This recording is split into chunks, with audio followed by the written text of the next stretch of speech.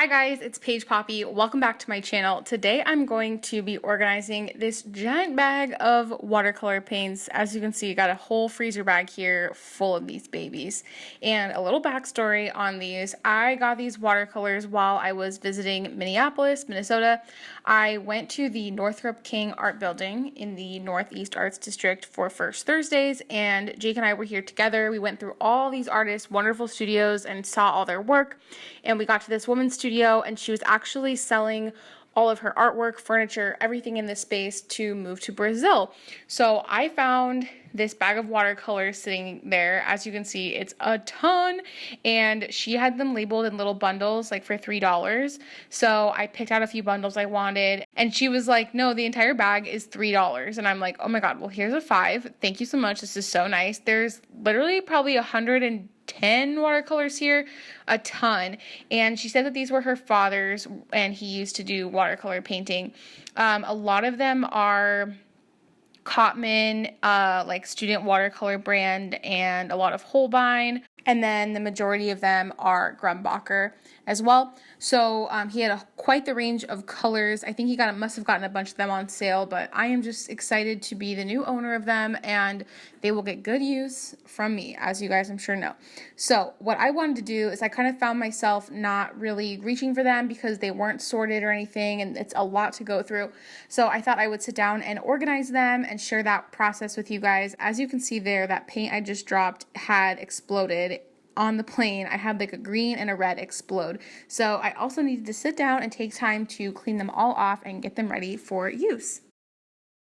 So I pulled out a dish of water just so I wasn't always running to the sink, and my paper towels, and then I got to work. Also laid down one of my paint towels here. This used to be like in my bathroom growing up, and now I use it for painting. I like the pom-poms on the one side. Slowly but surely making my way through the pile here. As you can see, there were colors everywhere. I'm actually glad I did this because a lot of the tubes had old paint on them, so it wasn't even just a matter of like getting that paint off that had exploded on the airplane. It was all of the old watercolor that had caked up over time on the tubes. Throughout this process, I did find quite a few that were kind of broken open because when they got rolled at the bottom, that metal tube cracked over time. I think some of these might be quite old, so they had kind of burst open a little bit, and later on you'll see that I set those aside in a separate bag just so they wouldn't keep getting paint all over the other tubes. I will say though, despite these being old, they work really, really well. So they have preserved well over time. I wish I just knew like how old they really were. And finally, we are cleaning the very last one. We are done. Now it's time to sort them by color. This is probably my favorite part of the entire process. Also, I should mention right there, you can see on my palette paper all of the tubes that I found that were broken. There was probably like 5 to 9 of them.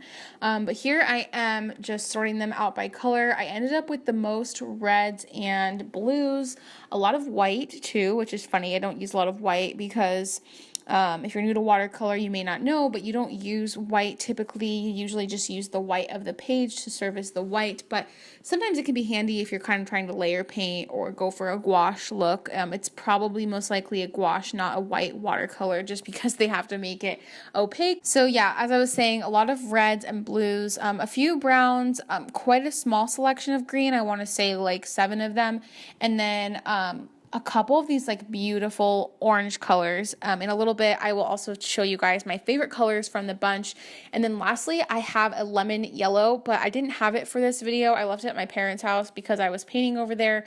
I'm really bummed because I love the color. So I'm gonna have to actually stock up on that because I loved that yellow shade so much in that brand. All right, here you can see all of those reds, just a ton, probably like 40 of them. The blues, there's the browns, got some white, a couple like yellow ochres, and then all of my broken ones. And we've got the full collection right here. All right, and now since it was time to organize them, I wanted a solution that would keep them sorted by color. Just because there were so many, I wanted to be able to see it quickly. And you'll see that my first solution here was to take this dollar clear plastic container. I got these at Lowe's, and I was going to make my custom divider here out of cardboard and DIY it, and I did get something I was happy with, but ultimately when I would put all the paints in there, they would slip under the cardboard slots and escape and get into the other section, and then they'd just be all mixed up again. So that really wasn't the best solution. What I did find was this bamboo organizer that Jake and I got at TJ Maxx, I believe, and he didn't really want this anymore because he felt like it just kind of took up room on his desk and he didn't need all the space. And I was like, oh my God, this is literally perfect because it had 5 slots, and then I could put paints on the sides of either the left and right side in that clear bin. So I put all of the paints that had fewer colors. So like the greens, for example, like I said, I only had like 7 or 9 of them. All of the smaller colors went into these small slots here, and then I took all of the reds and blues and put them on either side of the container because there were so many. And this ended up being an awesome solution because I could see all of them from the side and pick through them, and then the other ones that had fewer colors were all upright, so it ended up being perfect.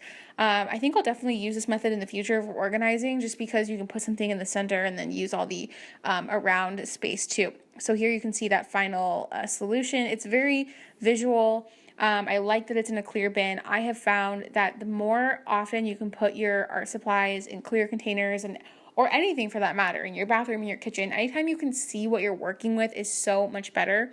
Like I like to clean my fridge out a lot so I know what's in there and it gets used. Anyway, there's the broken paints. As I mentioned, I put them just in a Ziploc bag and then I keep them on top of the box because they're still very usable colors, and a few of those I didn't have that many of. And as promised, here is that cadmium orange I loved so much. That's the color there by Grumbacher. And here I am storing that little bag of the broken ones right on top of the bin. Add the lid, and we are good to go.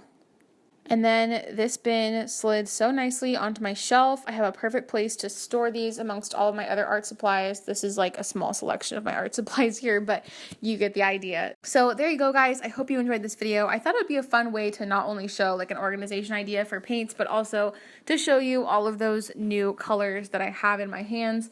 I love getting deals like that. You know, it's not very often you can get like 100 watercolors for $5. It could have been $3, but I gave her 5. So that was pretty lucky. And it's been fun to share it with you. So thank you so much for watching. If you enjoyed this video, please leave me a comment down below. Let me know what you like, or just give this video a thumbs up. Nice and easy. I'd also love to have you as a subscriber if you're new here. I love sharing my art supplies with you, and I do typically share vlogs about my work and my life as an artist in my studio. So I love you guys. Thanks again. I am sending all of my positive and creative vibes your way, and I will talk to you in my next one. Bye.